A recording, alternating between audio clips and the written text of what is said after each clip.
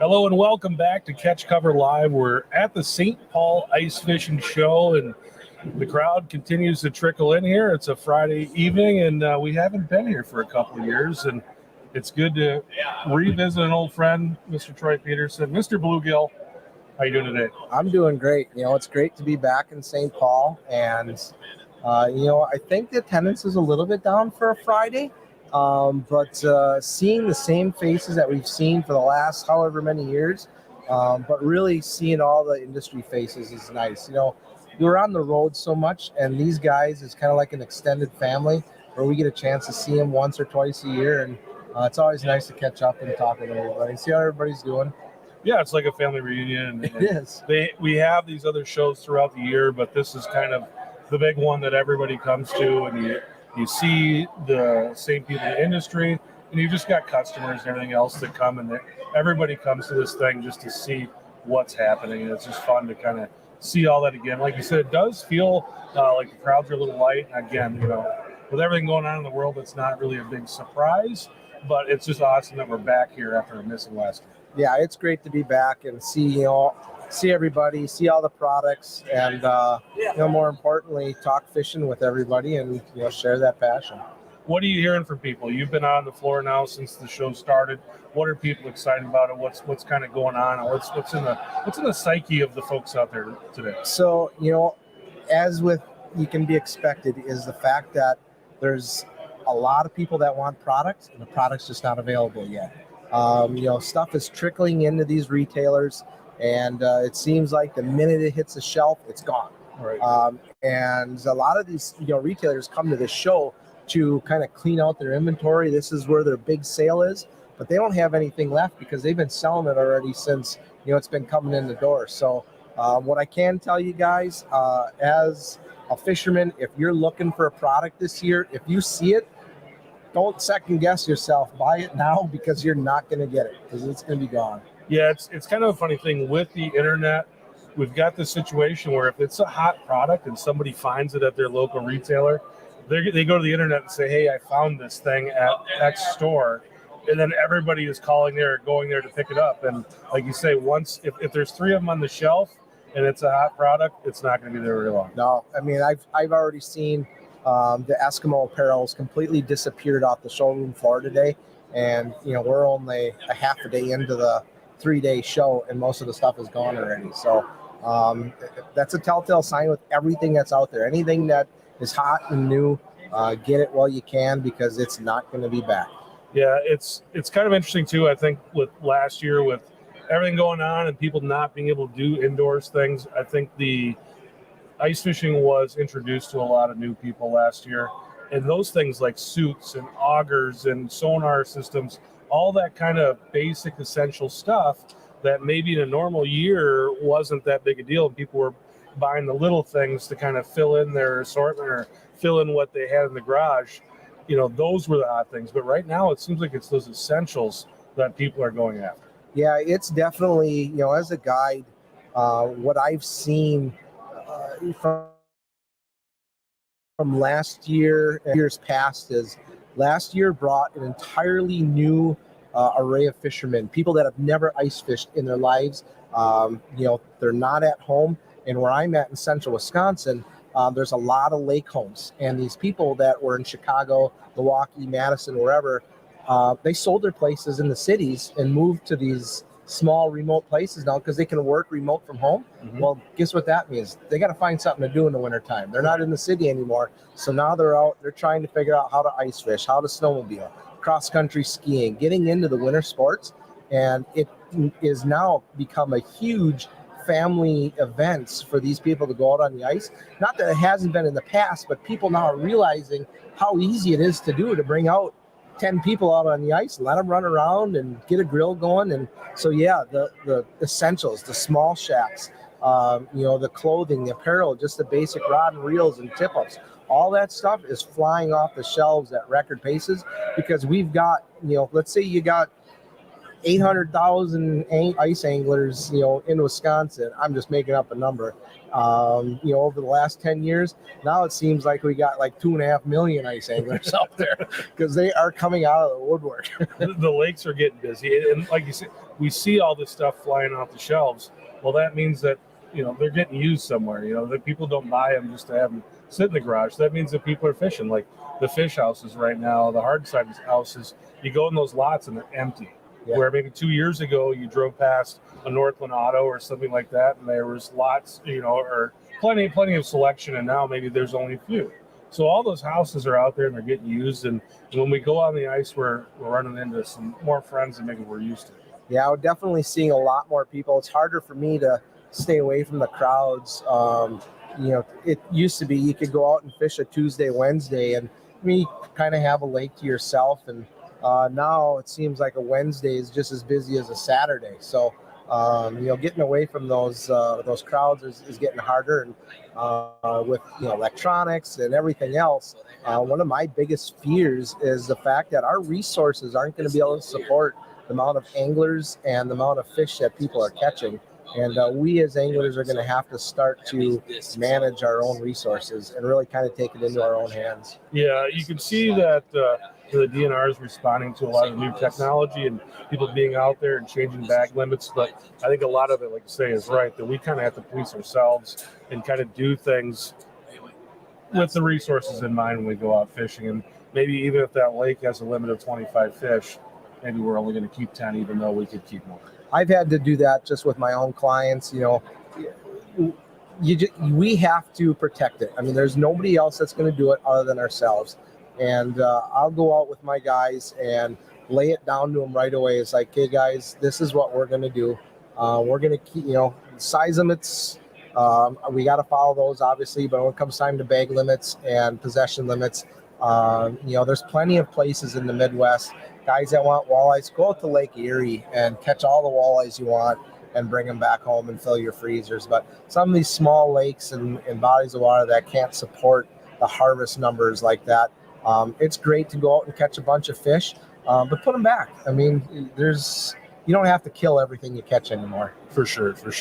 And the thing that I tell people is, you go on these fisheries and, there's a ton of run-of-the-mill kind of fish, and then there's the trophy level. And if you want to eat those run-of-the-mill fish, eat those. Yeah. And throw those bigger ones back. Absolutely.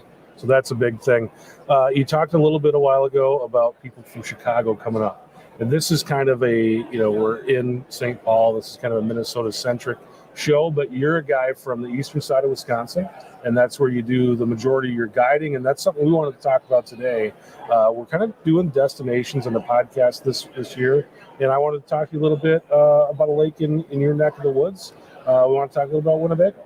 Awesome. Yeah, Lake Winnebago is a system, kind of reminds me a lot of the Missouri River, just on a little bit smaller scale. We've got a pool of lakes with a river that runs through it. And I believe it's something like 110 miles of river that these walleyes can travel through. And they have an annual migration every spring to go up to these spawning marshes. They do their thing and then slowly work back down through the system throughout the summer. And then in fall, they kind of do the same thing where they're chasing the bait fish and whatnot up the rivers. And then we'll migrate back down into the lakes as winter progresses. And it really is an amazing fishery. We don't get the trophy fish because we don't have the deep water. We've got a great forage base, but we're never going to grow those giants like a Green Bay or Lake Erie or Lake of the Woods. But what we are going to grow is a ton of eater-sized fish. And really that's, what we're out to do. We're out to catch a lot of fish, have a lot of fun, put some food on the table, and, have fun doing it. So you don't have a lot of depth there. What is Lake Winnebago like? So if you go out there, what does that bottom look like? What is the structure? How does the lake set up? So Lake Winnebago is 144,000 acres. It's 44 miles long and 9 miles across. And the average depth is about 17 feet. It is a giant mudflat. And in years past, we had a very large shad base forage. And these walleyes in the wintertime would go out over these mud flats, which was primarily the entire lake, and chase these schools of bait around. Well, in years, the last 10 years or so, our shad population is pretty much down to zero. We don't have the shad anymore.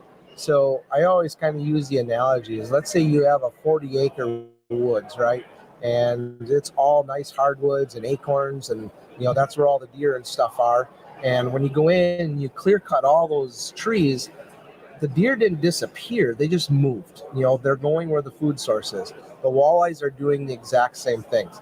Without the shad roaming out over the mud flats, now you have to find the food that they're looking for. And we always say, kind of make the joke that the walleyes on the Winnebago system have never read a book on what walleyes are supposed to do. Because you can go to northern Wisconsin or northern Minnesota, you find a rock reef out in the middle of the lake, and you go sit up there at night, and you're going to catch walleyes, right? I mean, it's just what you do. Or you find a deep, weed edge, and you fish that at night, and you're going to catch walleyes. Winnebago, that don't happen. They pretty much roam and chase the bait. And so with the shad being gone, and now we've got a really good shiner hatch. We've got some really good perch and bluegill and crappie populations that are starting to come in. And that's what these walleyes are feeding on, are these year of young fish. And those year of young fish are not out over the mud flats like the shad are. They're up in the super shallow water, up in the weeds, and any place that they have cover to try and hide from, the walleyes or the pike. And that's where we're starting to find a lot of our fish. Granted, we still get those roaming schools out in the middle that are chasing kind of shiners, or the trout perch is another big forage source. And we do get those big schools out in the middle, but not like we used to 10 years ago. And what we're finding is a lot of my fish, like last winter especially, a lot of my walleyes came within 3 or 4 feet of water or less. Wow. Fishing shallow bays where you might have a little bit of weed structure, or just sand or gravel that the bait fish are kind of cruising around on, and that's where we're finding our fish. And without electronics to find that kind of stuff, the average guy is not, they just don't even think about going up and fishing that shallow water. We got into some fish last year. I dropped my locator down, and I showed like 1.5 foot of water, and we had like 1 foot of ice. So you're talking 12, 13 inches of water underneath the ice. And I was using, kind of just going to say, I was using a Humminbird 360, and the thing's spinning around, and I'm seeing clouds of fish, what I thought were fish. I'm like, this can't be right, because there's so many fish, right? And I'm like, all right, if there's that many, I should be able to drop my head down over the hole and look. And sure enough, man, it was solid, just 3 and 4 pound walleyes, as many as I could see, constantly swimming through the hole in less than 1 foot of water underneath the ice. Most incredible thing I've ever seen. And when you see that kind of stuff, it really makes you think as an angler. It's like, all right, what have I been missing all these years? Why are these fish up shallow? And really, they're chasing food. That's what they're doing, is they're just chasing food. So when you're finding those fish, I think when people think of walleye fishing, especially ice fishing, especially in this room, they think of going to a place like Mille Lacs, and you're dropping your sonar down and you're jigging, and you're trying to play that sonar game. Obviously, you're not using sonar, when you're fishing that kind of water. I mean, you're just dropping it down and just kind of old school fishing and bouncing off the bottom. And it's a crazy game, because you're in such shallow water, and these fish, when they do come through, are so aggressive. Anybody that's ever caught a perch in shallow water knows, as soon as you set the hook, as long as you turn their head up, they'll swim their way out of the hole. They're like jumping out of the holes. These walleyes are doing the same thing. The hardest thing is turning their head.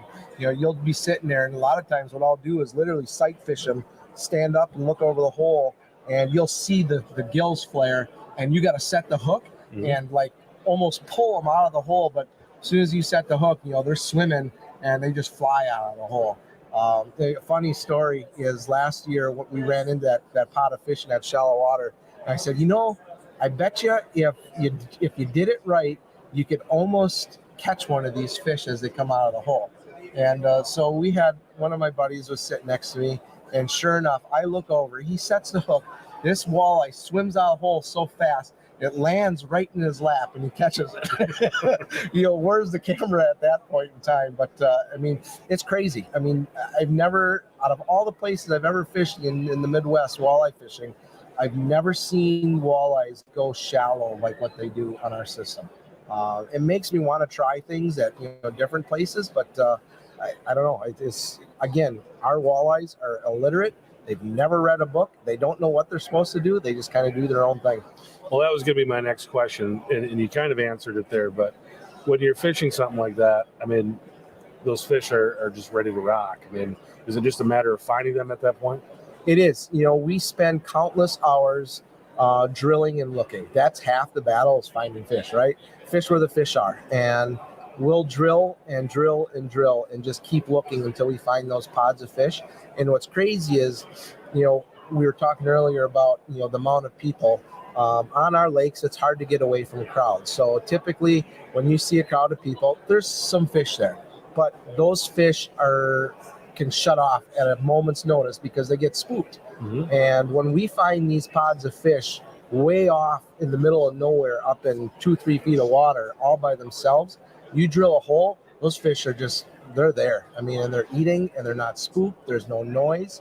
And it's crazy some days.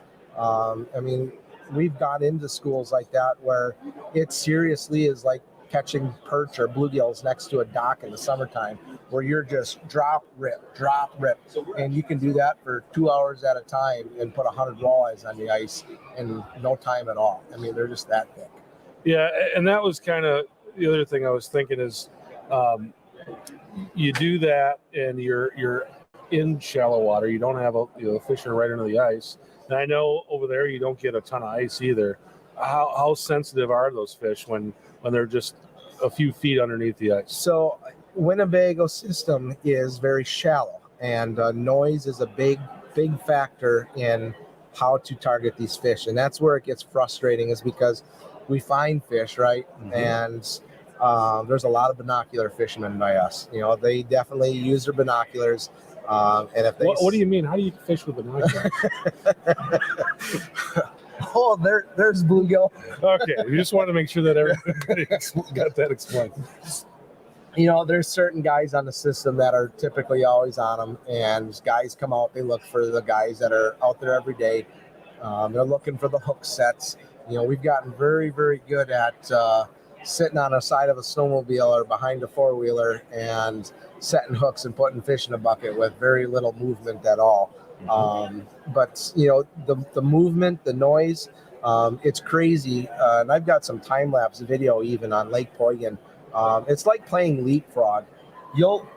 We could be out in the middle of nowhere, right? Have 2 or 3 shacks, and we might be catching a couple fish, whatever. Maybe we're not even catching fish, but there could be the biomass of people 2 miles away. Mm-hmm. And all it takes is one guy to come over and fish by 2 guys. And now within a matter of, I'm going to say 2 minutes, and that's not a lie, you could have 150 trucks go from there to here in like that. And it's just constant. Let's say you take 150 trucks, each guy's drilling, 4 or 5 holes. You imagine the noise that makes? Right. And then they wonder why the fish are gone. We may have been on them, but the minute they get there, fish are gone. And then what we got to do is start drilling again to try and find them. And, the nice thing with electronics now is you can see which way they're going. Where in the past, we'd have half a dozen guys all on snowmobiles, and, we'd be drilling, and all of a sudden, oh, no, they're over here, and then everybody would follow them, and we just keep following these fish around. So, I mean, it's a crazy game of cat and mouse, and but that's half the fun sometimes, is chasing these fish down and staying on top of them. And you just talked about kind of fishing as a team with your clients. What's it like teaching people who maybe are not to the level that you are, maybe the people you typically fish with, to run these techniques and do these things, and what's the challenge there? So, a lot of people think ice fishing is going out, sitting on a bucket, sitting in a shack, drinking beer, watching tip-ups, and that's it. That's not the type of fishing we're going to get when you come and fish with me. We are going to move. We're going to bust some tail, and we're going to chase these fish down. And, I try and portray that to a lot of the guys before they even come out. And once they understand and once they see what we do, it becomes an entirely different game for them, and it becomes fun. I mean, don't get me wrong, relaxing and sitting and watching tip ups every once in a while can be a lot of fun, but I'd much rather be moving around all day and chasing fish down. And that comes back to what we were talking about before as far as product goes. Having good quality, whether it be shacks or apparel. I mean, we don't fish in shacks very much anymore because we're constantly moving. And what I'll do is I'll get a bunch of my guys, and we'll set up. I'll try, and if I know which way the fish are moving, I'll constantly keep moving shacks ahead. So we've got a warming station, but for the most part, everybody's fishing outside because I'm just constantly drilling holes in whichever direction these fish are going.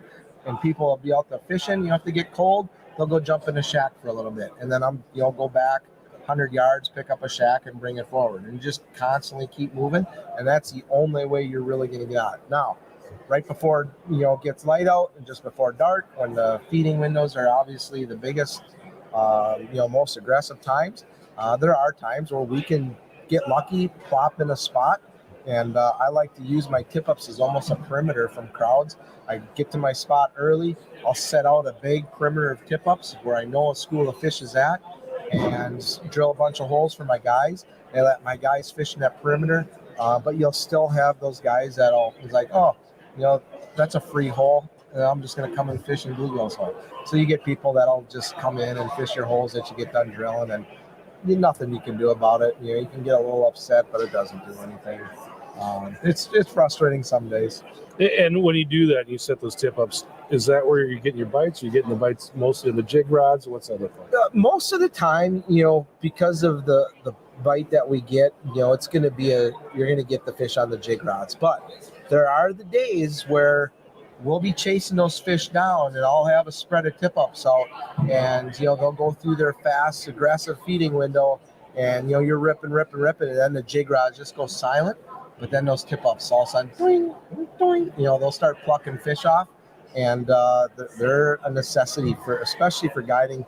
And a lot of times too, you can watch those schools, because if let's say we got a group of 6-8 guys out, every guy's got one rod, but we can fish 3 in Wisconsin, so I'll set 2 tip ups out per person. So we'll put a massive spread of tip ups out, and then amongst those tip ups, I've got holes drilled all over the place too. So that way, when we're chasing these fish down, we'll actually see the school go through the tip-ups, because you'll have flags popping all over the place. It's like, okay, guys, run over there, get in those holes, and that's what they'll do. They'll get over there, start fishing those tip-ups, and all of a sudden, point, on the other side, a bunch of tip-ups will be going off. So you're using them as almost bite indicators and kind of like which way the fish are moving too. You talked a little bit about the forage base changing over time there. So what are you rigging up when you're setting your tip-ups up? So on my tip-ups, I do something a lot different than what most guys do. And I've talked about a lot in the seminars, and we use microscopic treble hooks, number 20 treble hooks. We're using a 6 or an 8 pound gold label fluorocarbon leader, something that's super, super thin, and then either like a shiner or a fathead. A lot of times clipping the tails too, so those minnows can just sit there and quiver. And drop those things down when we're fishing in that shallow water. Obviously, we don't have a lot of depth to play with, so most of the time I'm putting it, just a couple inches up off the bottom, and that's going to be kind of my tip up rig. And then when we're jigging, I use there's 2 baits. We're using a hammered gold, copper, or silver Swedish pimple. Otherwise, we're using the bluegill pattern now that Eurotech has out with their Z vibers. But I'm a big fan of the blue and silvers. They've got one that's kind of looks like I think it's like purple clown. Anything that's got that purple or bluish hue to it to match the color of a shiner. And those little Z vibers work great. You can sometimes put a spike or something on there. But pretty much just natural. I don't really fish any live bait on any of my spoons or jigs or anything like that at all. Just let the bait do its job. All right, how about getting around? You talked about guys following you around. What's it like getting around on that lake? Well, once you can start driving, we love taking the trucks and stuff out. It just makes everything so much easier. We got the wheelhouse right behind the truck. I'll bring the snowmobile out for a scout vehicle, and the truck and the trailer usually stay put until we find fish, and then we'll move. But until we got then we're usually on ATVs, or I run around on my snowmobile just for the safety factor that if I ever do hit a bad patch, last year especially, we had bad ice early. We were cruising across the lake, and a bunch of guys are waving their hands at me, and I'm like, "Hey, how's it going?" And they're like, "No." And I looked behind me, and all I got is a wake of water coming behind my snowmobile. So all you can do is punch it a little bit and get going across that bad ice, and turn back and look, and sure enough, you got a trail of busted ice behind you. So there's a reason why we use snowmobiles versus anything else. It's just, be safe. Use whatever you have to get out. A lot of guys will even just walk out on the lake, and we want to get out there. We always want to be the first ones out there, but just use caution, be safe. The big event out there is the Battle on Bago. That's kind of the thing that even folks over in the cities come over for that. Tell us a little bit about that. Yeah, so Battle on Bago is something I started with a guy by the name of Glenn Curran. Oh boy, this is going back. It's got to be pushing 12 or 13 years now, I think, maybe. And it was meant to be a fundraising event that would bring a lot of people to the community, help out the community, a lot of money being raised, a lot of money being spent in the community. But it was something that was meant to be a random act of winning and not having, really a way to cheat. The prizes, the larger prizes, are scattered down in the 100, 200, 500 places. I think the top 10 people might win a cooler or something like that. So there's really no way to cheat to catch that big fish. It's a total random thing, and it's a lot of fun. It brings a ton of people to the area.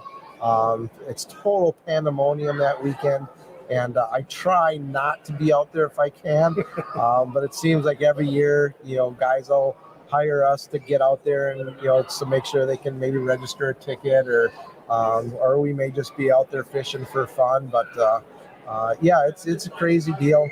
They have that down in Oshkosh, and it's open to Lake Winnebago, Lake Butamore, and Lake Poygan. It's on the entire chain, and they got some different boundaries and stuff. But a great event. They're raising a bunch of money for kids and conservation of the lakes, and they just built some docks and stuff for handicapped people to fish, and for different kids and families to go out and enjoy the water. So, great event.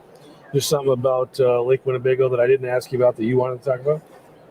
Oh, let's see. Look, Lake Winnebago.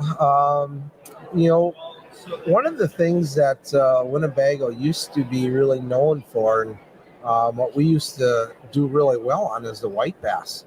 And this kind of goes, and I'll put blame on myself. We always thought that the white bass was kind of like a unlimited resource, right? And it was a great fish. It's considered a rough fish on our lake, so we don't have any limits. And we used to go out, and man, white bass would save the day for us a lot of times, and we'd catch piles of these things. And they still do. In the springtime, Wolf River is known as the white bass capital of the world, and these people come from all over the place and fill up coolers upon coolers of white bass. And we do that in the springtime. But one thing that we're starting to see is the lack of fish in the wintertime not being caught like where they've been.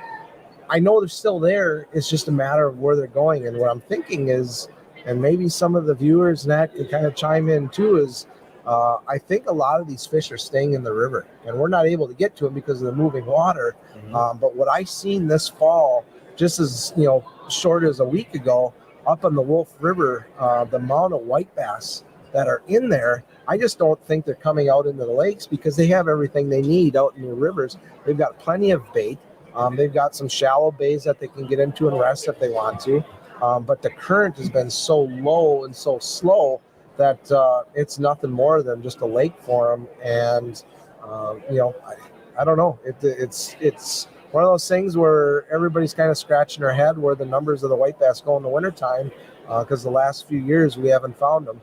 But that being said, like I was telling you before, finding those bait pods again. There was 1 or 2 days where up in that foot of water, 2 feet of water, we were finding just masses of white bass that I would have never guessed in a million years we'd ever have this fish up there. So, if anybody else can find them, that'd be great to see where they're going.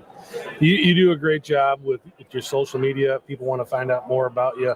Where can they find you? Sure. MrBluegill.com, right on the front page, down on the bottom there, will bring you to the Facebook page, my YouTube channel, Instagram. We got the blog on the website. And otherwise, if you go to Facebook and just type in Mr. Bluegill, that'll come up. Otherwise, I think the tag is facebook.com/walleye guide. But yeah, anywhere on there, they should be able to find me and shoot me some messages, text messages, whatever. Send me an email if you have any questions. Just let me know. We're going to do a quick selfie here. You got one, now I get one. And appreciate you coming on, buddy. Hey, thanks, guys. Good to see you again. Good to hang out with you and talk a little fishing for the folks out in the audience. So we appreciate you stopping by. And we got more coming. It's going to be a long weekend, guys. Lots of different awesome people, just like Troy Peterson coming on. And we got some cold weather, it looks like, coming this next week. So yeah, I'm hoping by maybe next week we can get out on the ice and start chasing some fish. It's if you haven't been out there yet, it's coming soon. Coming soon. For sure. Awesome, buddy. Appreciate it. Thanks, guys. Thank you. Al, come on over. Good, a tough act to follow.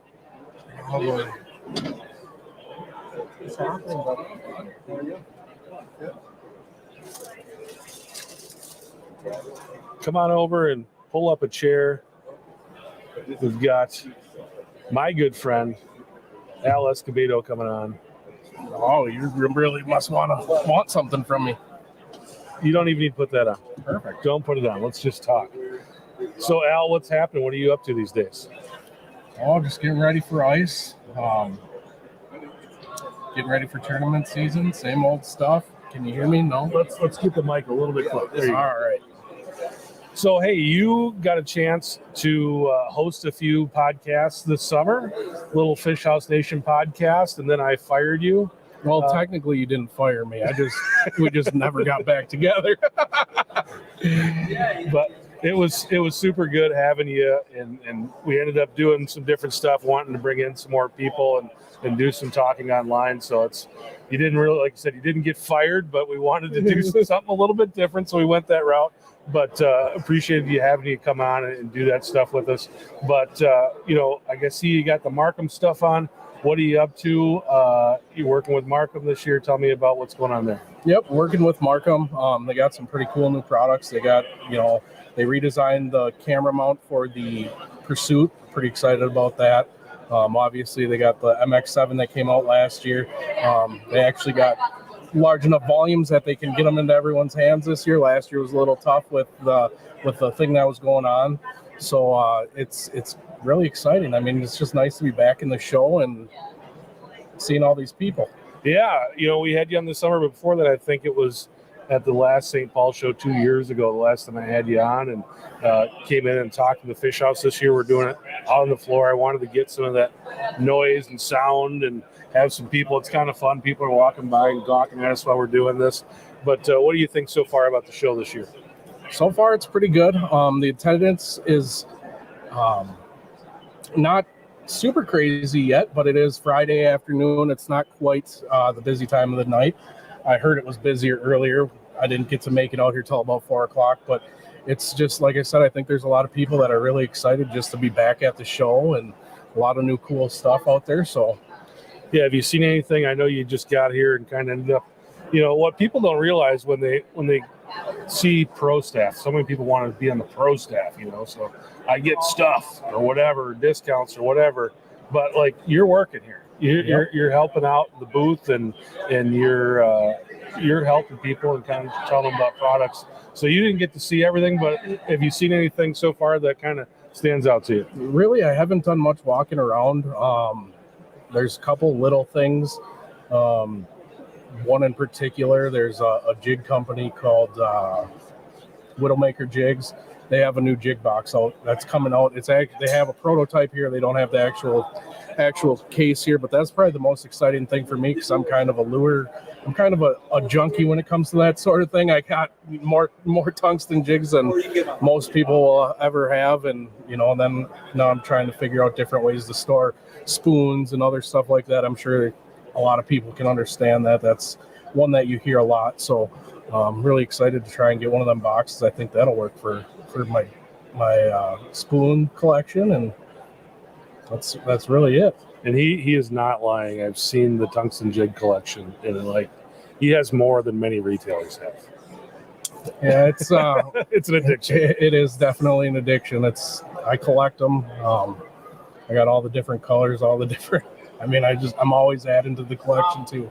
So any jig companies out there, if you want to, send me a couple. Send me a couple. He wants one of everything. No, actually, Al isn't that way. You want 5 of everything. Well, at least 2, because what if you break off and lose one? And the other thing that Al is really good about, and one of the things that I admire most about you is you're willing to share, and you take a lot of new people out ice fishing, and if you're hitting them on something and the other guy next to you isn't catching, you're handing him stuff, and I think that's super cool. Yep, that's why we're out there, especially when you're taking out new people. You want to be able to provide them with all the equipment. I'm a gearhead, so when it comes to I take out family members and they'll show up with their ice rod that they bought 20 years ago. Yeah, it works, but if you want to try some of the new technology, I'm more than willing to let you use my rods, my flashers. As long as we're out there having fun catching fish, that's all that really matters. I'm more than willing to share all my stuff. Tell me about that. You said they come out with rods from 20 years ago. What's the difference? I think that's something that people are asking about a lot. I always see people online going, do I really need to spend X amount of dollars on a rod? Can I use this instead? What do you see as someone who's out there, and I don't want to say fish for a living, but you fish for money in many cases. Why go to something that's more expensive, more technology than maybe something that, hey, I've got this in my garage and Grandpa was using it and I'm going to use it? Well, the big thing is just the feel of it. And not saying that, some of the older rods, there's still a lot of great older rods out there that a lot of people are using. But a lot of this new technology that's coming out and that has come out on these higher end rods, whether it's a custom or whether it's another company that I do some work with, is 2B and Elliott rods, there's just a lot more features as far as different types of material that they're using for the handles that changes the weight, that gives you more feel. Just different designs in eyelids, just the simple little things that a lot of people don't look at. It all adds up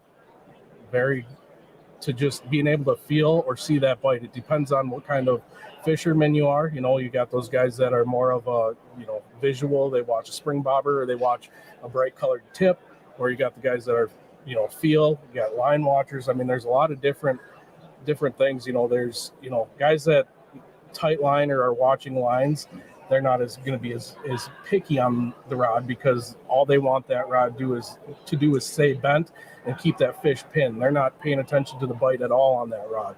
So it's just it all comes down to the different style of fishing. But your biggest benefit going from a rod that Grandpa used 25 years ago to even some of the, you don't necessarily have to spend that kind of money. What you're going to see is going from a 25-year-old rod to even your Fleet Farm special $30 combo, real cheap reel. It's just the materials being used are just that much better that it helps. And then obviously, just like anything else out there, you start stepping up, it gets lighter, it gets a little bit easy, a little bit better feel. Fiberglass, graphite. Again, a lot of it comes down to what you're doing with it. Most guys aren't going to be like me, where I have, when I go out on the ice, I got 6 panfish specific rods. Mm-hmm. Couple for crappies, couple for this situation, couple for that situation. But if you're only going to have 1 or 2 rods, you just got to make sure that you're selecting the actions and the lengths that are going to actually work for multi-purpose. Where a lot of the older rods are so stiff because they just didn't have the technology, and they fish differently than we do nowadays. Yeah, and I've learned from just playing with different rods. Now I really like the rods that you could feel. And you talked about, the different where you're watching lines and watching the rod tips. I like to look at my electronics while I'm fishing. So I can't watch the rod tip and the electronics at the same time. So you got that finger on the rod, you're feeling for those little bites, but then you're able to watch the electronics. And I think that's something that if people want to learn to catch more fish, I think that's a really big deal. And I know some of those noodle action type rods, people like to see that rod tip bounce, but I really think feeling that bite is a big deal. It really is, but the one thing I'll tell you, and that a lot of people overlook, and it's a technique that I've been using for a long time, but I don't do it like the traditional guys. It's the tight line. I got a lot of these guys in the tournament world are using little tight line rods and they're watching their line. It all depends again on the situation you're in. For what most guys are doing, yeah, I mean what you're using is perfectly fine. But if you start going out on a really cold fronty type day, you got a real finicky bite, sometimes you might have to watch that line to be able to detect the bite. Especially crappie fishing, and you get that up bite. So it's just, there's a lot of different situations that you'd be looking at where a lot of your everyday normal working class guy that's just fishing maybe once every few weeks or whatever,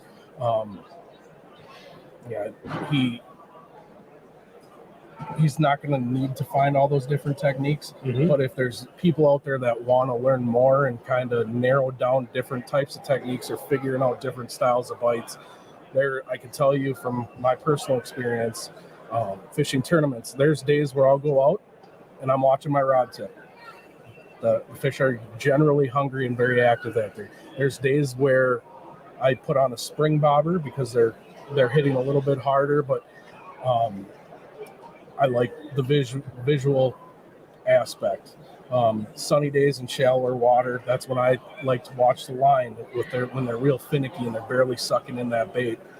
Gives you a little bit more time to react to the bite as opposed to waiting. A lot of the time, by the time you see your rod bend or you feel it, they already sucked it in and blew it back out. So it's just a little different, and it's trial and error, and there's no right or wrong way. It's just situational and depending on what each fisherman wants to do.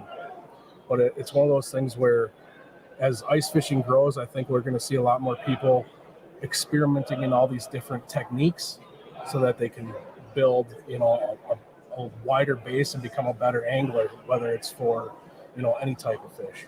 Yeah, those dang crappies are well known for that outbite. They get you on that. Yep. Well, that was something that I also want to talk to you about today. And, you do the tournament thing.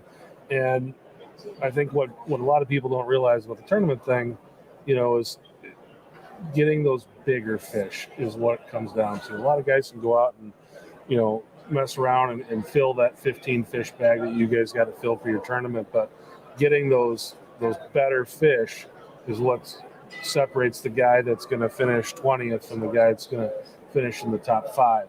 What are you guys doing to target those big fish? How do you find those compared to them run-of-the-mill fish? A lot of it's just time on the water is what it comes down to. Is you're checking all over the lake, eliminating water as opposed to finding the fish, and you really got to pay attention to the fish that you are finding as far as finding averages, trying to find the biggest average that you can have so that you're kind of have a leg up. So your big thing, every lake's going to have more than one school of crappies per se, and you just got to find that year class that has the bigger fish.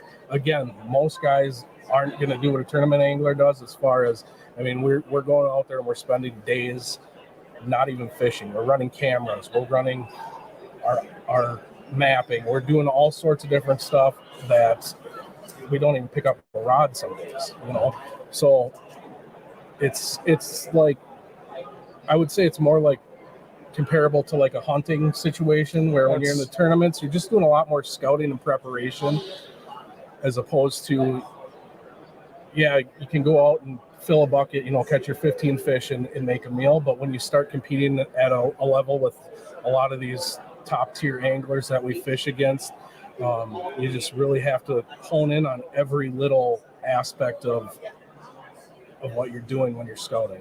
And that's something when I talk to people who fish in a lot of tournaments, I always ask them what from the tournament world can the average person take to catch more fish.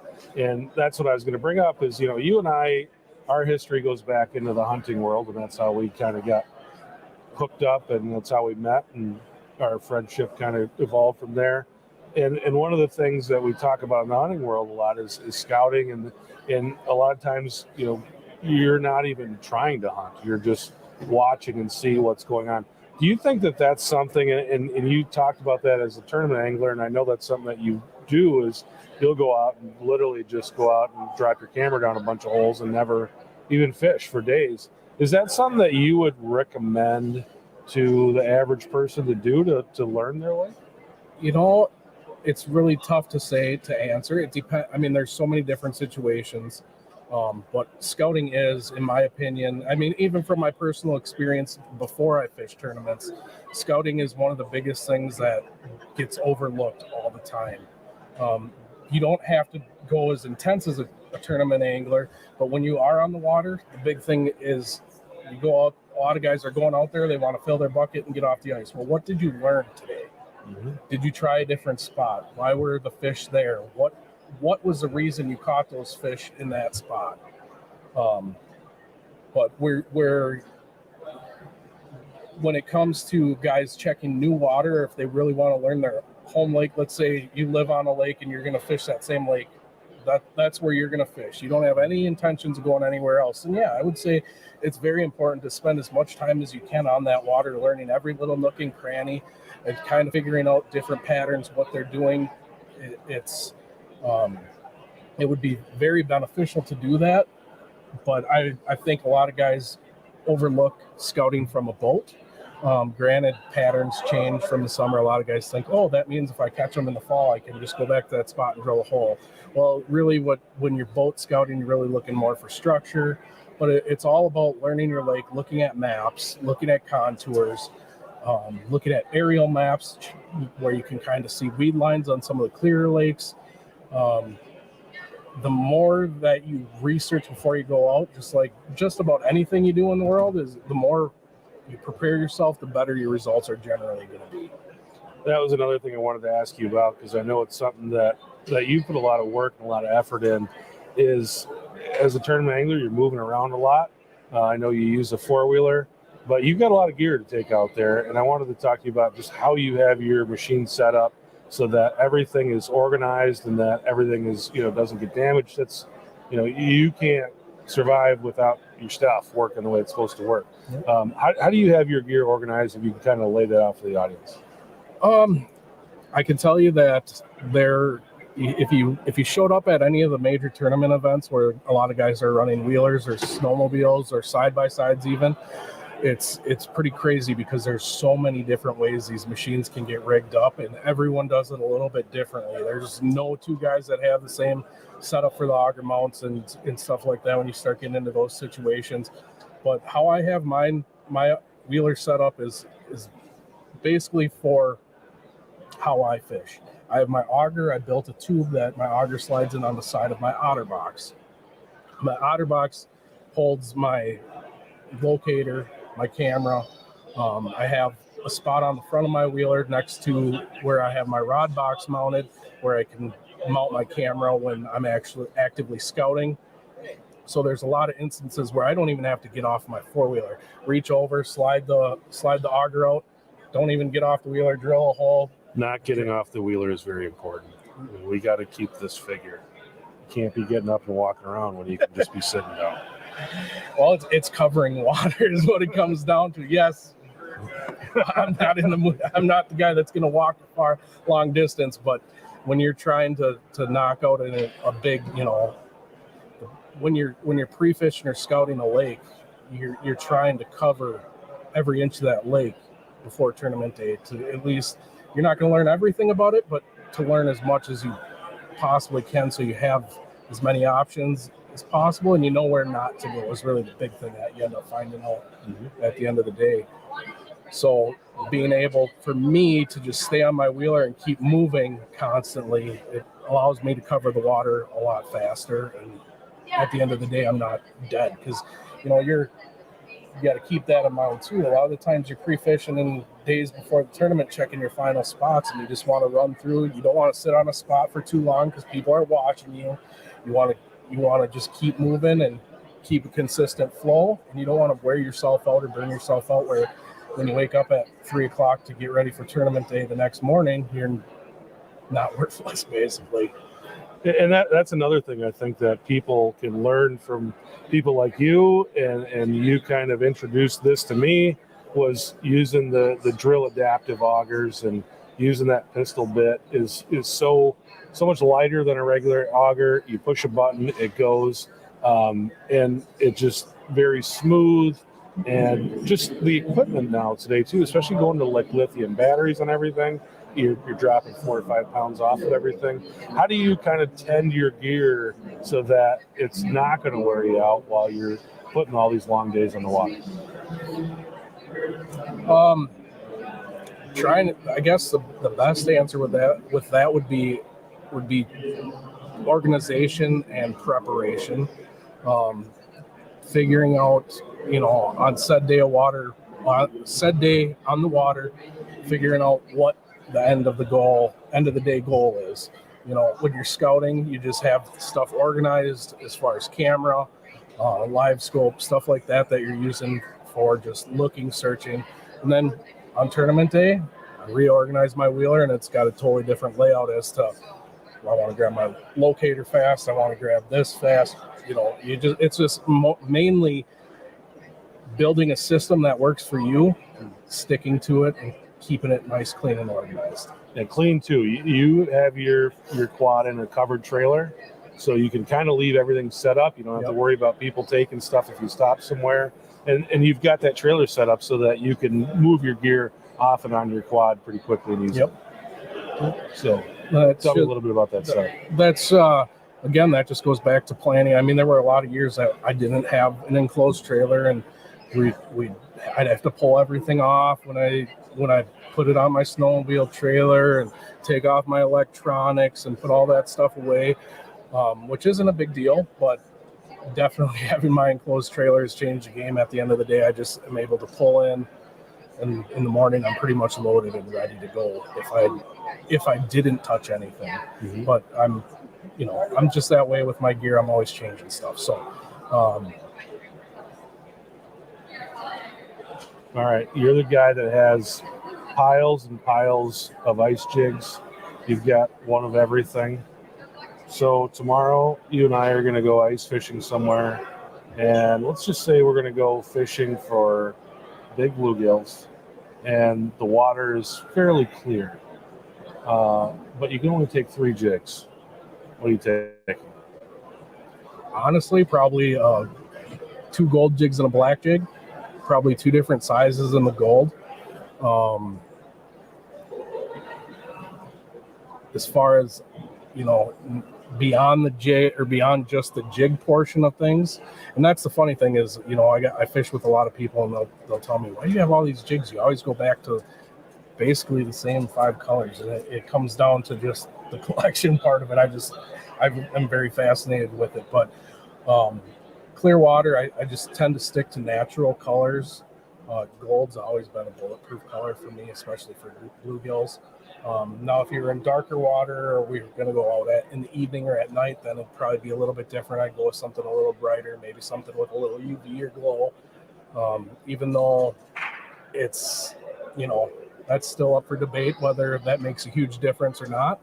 But when it comes down to bait selection, jig selection, what you're going to use on said day, plastics or waxies or Euro larva or spikes, to me, outside of figuring out what the fish want, confidence would be number 2.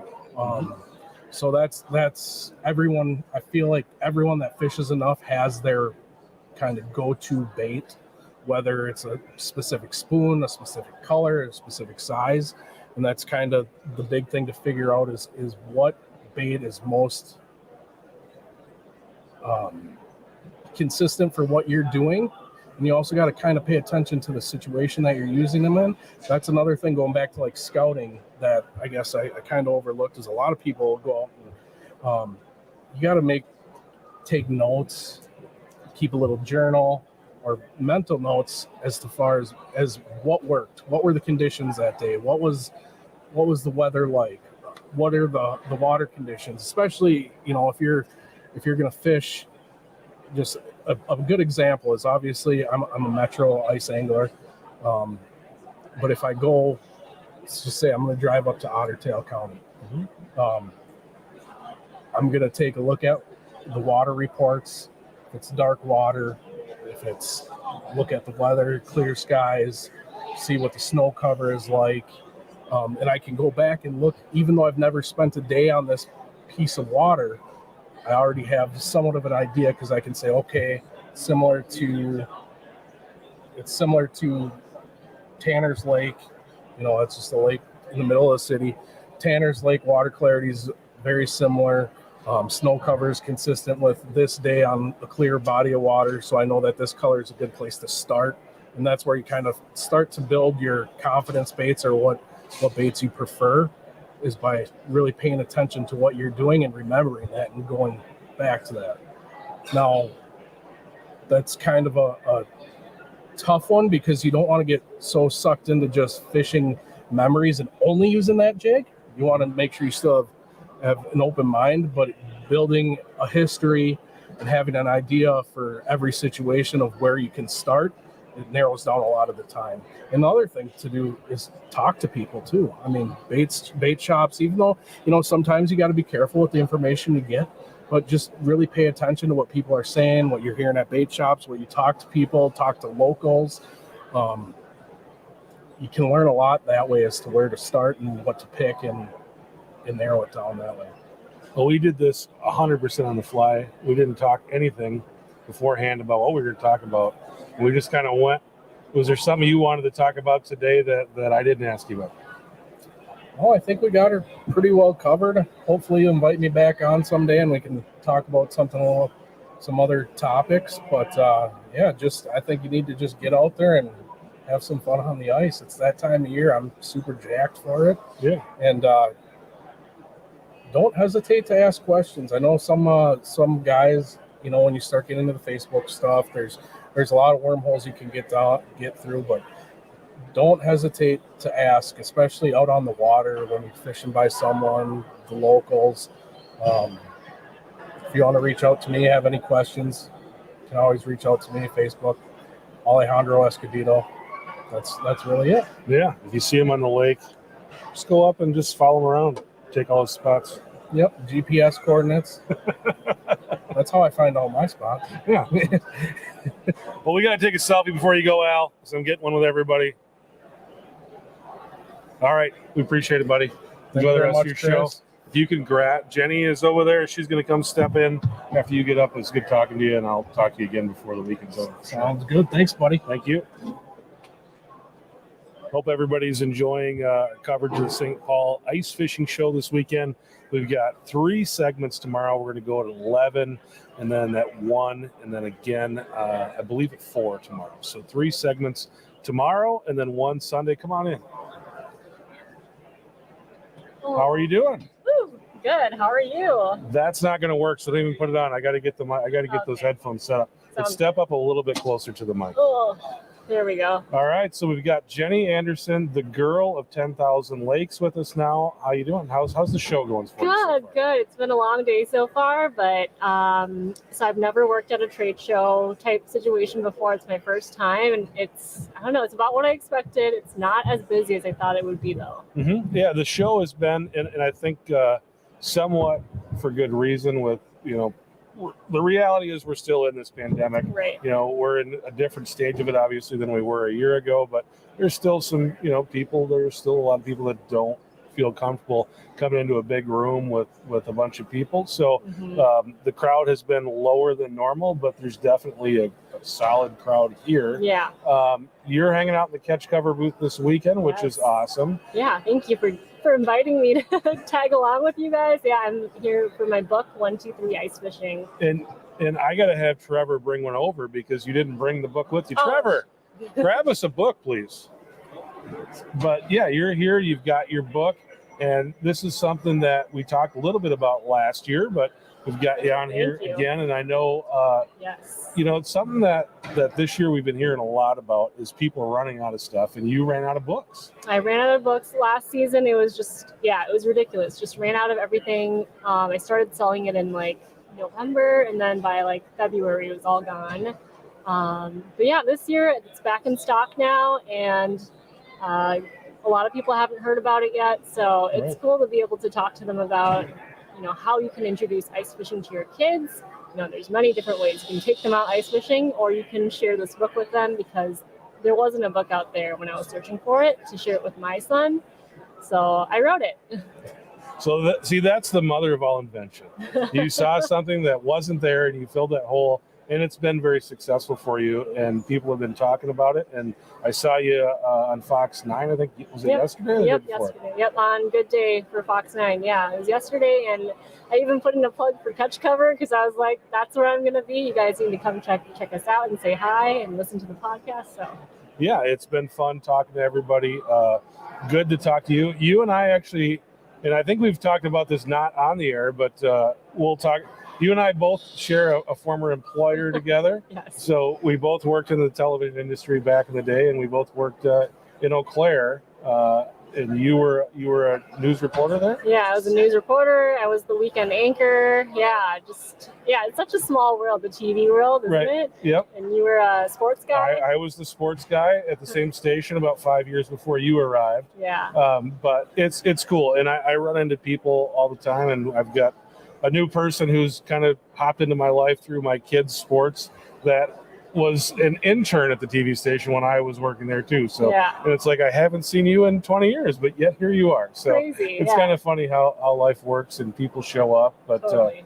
you've got the book 1, 2, 3 Ice Fishing. You kind of wrote it for your son, but it's become a gift to everybody out here, and it's very cool to see. And I've watched you today with people coming up to the booth that it seems like a lot of grandparents come up and see it. And what's the reaction? Yeah, I think it's because, so I'm marketing on Facebook right now, trying to push ads out to people. And a lot of those people aren't the grandparents. It's the people who are social media savvy.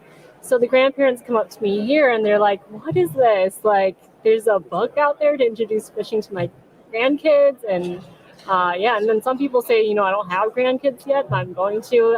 The plan is to have grandkids, so I'm going to get this book now. But the reaction has been great. They love how realistic, the pictures are. There's pictures of northern pike and bass and crappies and bluegills and tip-ups and augers. And so all the things that you would use when you're ice fishing is in this book. And it's a really fun introductory way to introduce that to your kids. Grandparents love it because it's brownie points for them for giving their grandkids something cool that also, the parents like, because they like to go ice fishing too. Yeah. And I think you kind of brought it up as there's a lot of new people getting into this sport right now too over the last year or so. So maybe even for adults, it's like, oh, that's what a perch looks like. So it may help the adults too, because it's so interesting to me. I worked in the hunting industry before I came here, but we had what was called adult onset hunting. Oh yeah. Which is people who had never hunted as youth and were never introduced. And then all of a sudden when they're 30, they decide they're going to start hunting. And it's a whole new learning curve, and not having that grandfather or father or mother, parental figure to kind of guide you through that. It's a different world. And obviously this is more geared towards kids, but it's just fun to see new people get involved. And I think that's the other thing that this does. Yeah, I totally agree. I'm one of those people, the adult onset outdoorsing is what I call it, because I didn't get into anything outdoorsy until in my late 20s. So I just discovered ice fishing when I started dating my husband. One of our first dates was ice fishing, and pulling up the walleye on a tip-up was the highlight of my day. And after that, I was like, okay, I love this thing. We're gonna go ice fishing, and that kind of opened the gateway to camping in the boundary waters, and then hunting and doing all these different kinds of hunting even. And just a couple weeks ago, I was on my first solo deer hunting trip, and I got I got a doe. I was all alone and I did everything myself. So it was a pretty cool experience to go from like not knowing anything about the outdoors to now like doing this by myself. What was that like for you? Because I actually grew up kind of as a bird hunter, but never started big game hunting until I was in my early 30s. And I remember the first time I shot a deer, and I was like, you're used to picking up a 2-pound or 3-pound bird, and now there's this large animal laying on the ground. Yeah, I mean, yeah, it's a pretty like very, it's a moment when I felt like, okay, this animal is dead. I realized that, and it's gonna provide food for my family. So like, I said a quick prayer over it and was like, "Thank you, Lord, for this food," and making sure it's it's actually dead. But it was a cool moment for me because it's the only deer that was shot by our family this year. So I am the sole venison provider, which is kind of cool. It was, yeah, I would say it's a lot more work than fishing. That's for sure. It takes a lot more dedication and drive, and then like gutting it and the whole process. It's a lot more than pulling a fish. But yeah, I think I'll keep doing it. Yeah. Tell me about the Girl of 10,000 Lakes brand and kind of what you have going on there and how that all got started. Yeah, so Girl of 10,000 Lakes is sort of the platform, I guess, that I started to inspire other people to get outdoors more.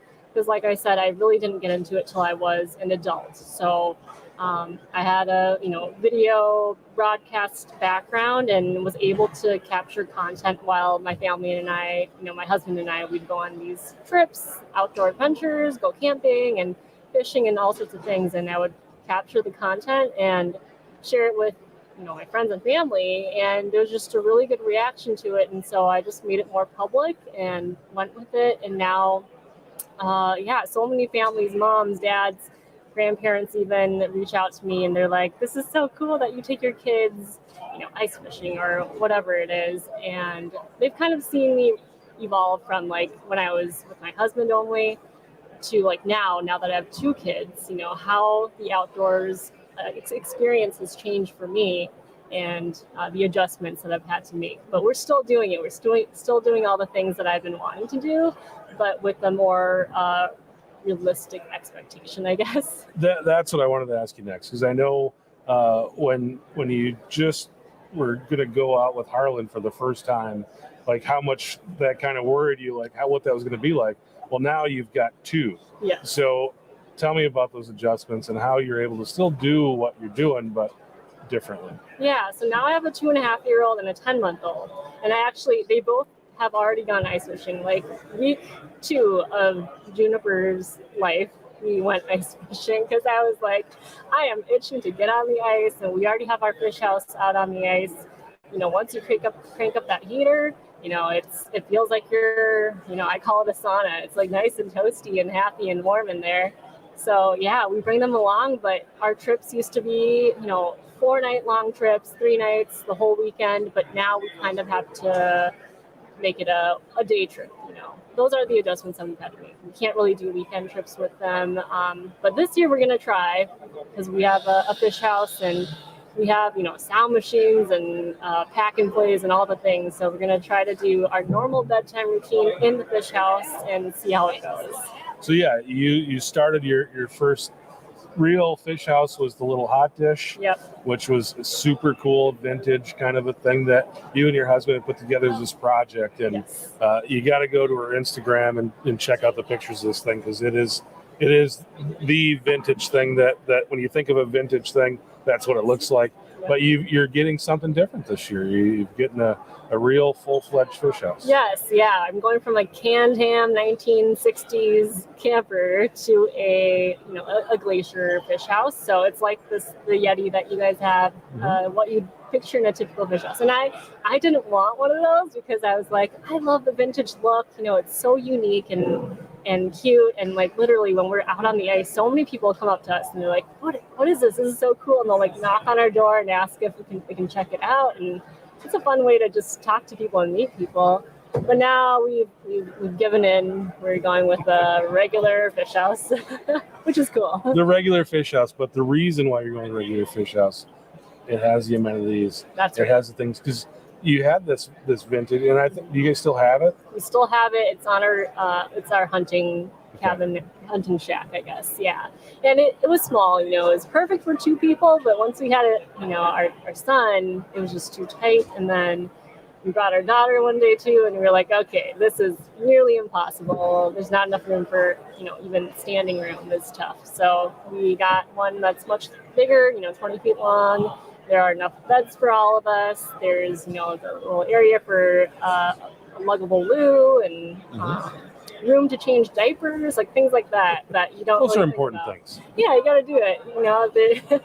And I'm pretty sure we're going to go ice fishing for the rest of our lives. So it's like, okay, we probably need to upgrade and make adjustments for the whole family. So what's it like ice fishing with Harlan now that he's moving around and doing stuff and so what do you, of course you haven't had that, so the last time you guys were out would have been 8 months ago. What do you expect this year? What's that personality like, and what do you think it's going to be like out there? I mean, we talk about fishing a lot with him, ice fishing, and he's gone like on the boat with us, so this will be like the first year when he'll probably have memories of ice fishing. I think last year's probably still a blur for him. The book has helped, so we talk about the book and show him what all these different kinds of fish look like and what an ice hole and an auger is and what it does. So just based on last year's experience, I think it'll go well. He loves when the fish come up. We've helped him reel up his own crappies, and he likes to pet the crappies, and then he likes to see me toss it back in the hole and says goodbye to all of them, and sometimes he wants to kiss them, things like that. So he's not afraid of fish. I'm glad he is used to the idea of it. I think it'll be fine, but I am bringing all the entertainment options possible.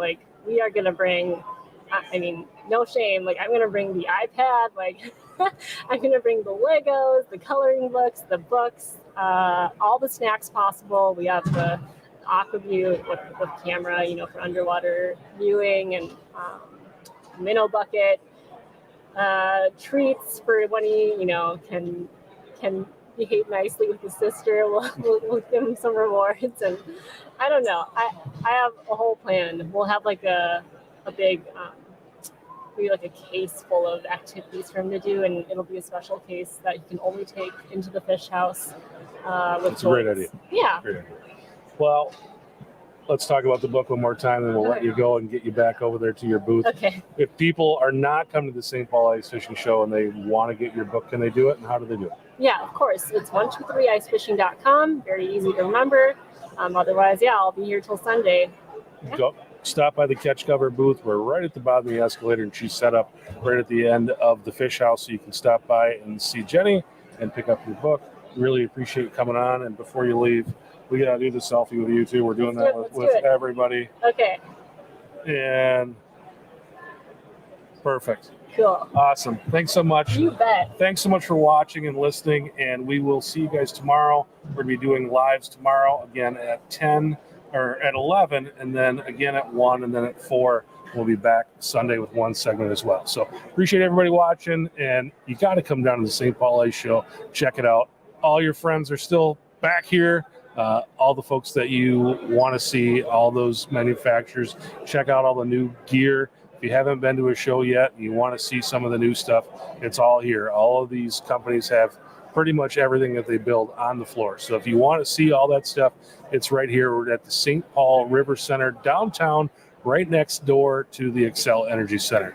So we will see you guys tomorrow. Really appreciate you checking in, and see you then.